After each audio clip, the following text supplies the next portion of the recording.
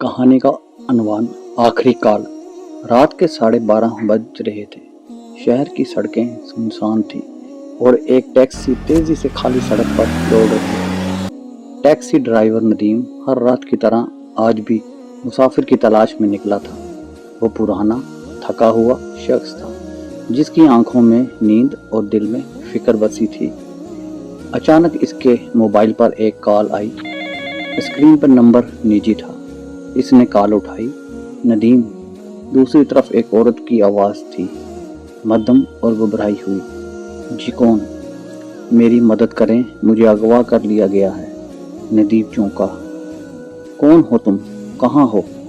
मुझे नहीं मालूम, पर यह जगह वीरान है। खिड़की से बाहर सिर्फ जंगल दिखाई दे रहा है। नदीम को लगा शायद कोई मजाक कर रहा है, लेकिन आवाज़ इतनी सच्ची और बेबसी से भरी हुई थी कि वो नज़रअंदाज न कर सका। किसी निशानी का पता है? कुछ भी? दरवाजे के पास खून के निशान है।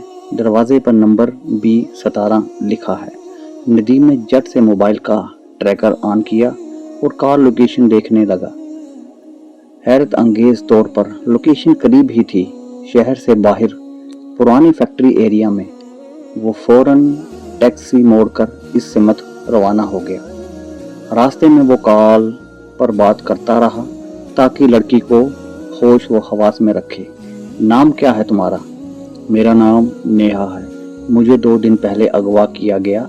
एक शख्स ने लिफ्ट के बहाने गाड़ी में बैठाया और बेहोश कर दिया। नदीम की सांस तेजी से चल रही थी। वो एक मासूम लड़की को बचाने जा रहा था, मगर साथ ही इसे अपनी जान का खतरा भी था। तकरीबन 20 मिनट बाद वो इस पुराने फैक्ट्री एरिया के पास पहुंचा। इमारत बोसीदा और सुनसान थी। टॉर्च की रोशनी में वो इमारतों पर नंबर तलाश कर रहा था। B13, 14, B15, 16 वो रहा B17। दरवाज़ा बंद था। नदीम ने दरवाज़ा धकेला, जो चर करते हुए खुल गया। अंदर हर तरफ अंधेरा था। सिर्फ एक कोने में नेहा जमीन पर बंधी हुई बैठी थी। इसका चेहरा जख्मी और आंखों में खौफ था।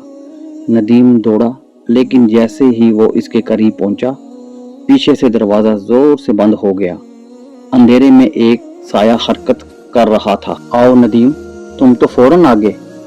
तुम जैसे हीरो ही की हमारी कहानी में ज़रूरत थी। एक गर्जदार आवाज़ सुनाई दी। नदीम का दिल धक धक करने लगा। कौन हो तुम? एक शख्स सामने आया, चेहरे पे मास्क, हाथ में खंजर। मैं तुम्हें जानता हूँ। तुमने मेरे भाई को 5 साल पहले कत्ल होते देखा और पुलिस को कुछ नहीं बताया। अब तुम्हारी बारी है। नदीम की आंखों में खौफ उतर आया। उसे याद आया 5 साल पहले वो वाकई एक वारदात का गवाह था, मगर खामोशी इख्तियार कर ली। देखो, मैंने गलती की, लेकिन लड़की को जाने दो। देर हो गई नदीम, अब तुम दोनों यहीं रहोगे। लेकिन इसी लम्हे बाहर से पुलिस का सायरन सुनाई दिया। नेहा ने कॉल के दौरान ही मोबाइल पर लोकेशन भेज दी थी। दरवाज़ा तोड़ा गया, पुलिस अंदर आई, मुजरिम को गिरफ्तार किया गया और नेहा व नदीम को बाहर निकाला। नदीम जमीन पर बैठा कांपते हाथों से पेशानी पकड़ी सोच रहा था, कभी कभार खामोशी भी जुर्म बन जाती है। नाजरीन, अगर आपको ये कहानी अच्छी लगी तो कमेंट करके ज़रूर बताएं, और जो दोस्त मेरे चैनल पे नए हैं वो लिहाजा सब्सक्राइब कर दें। अल्लाह हाफिज़।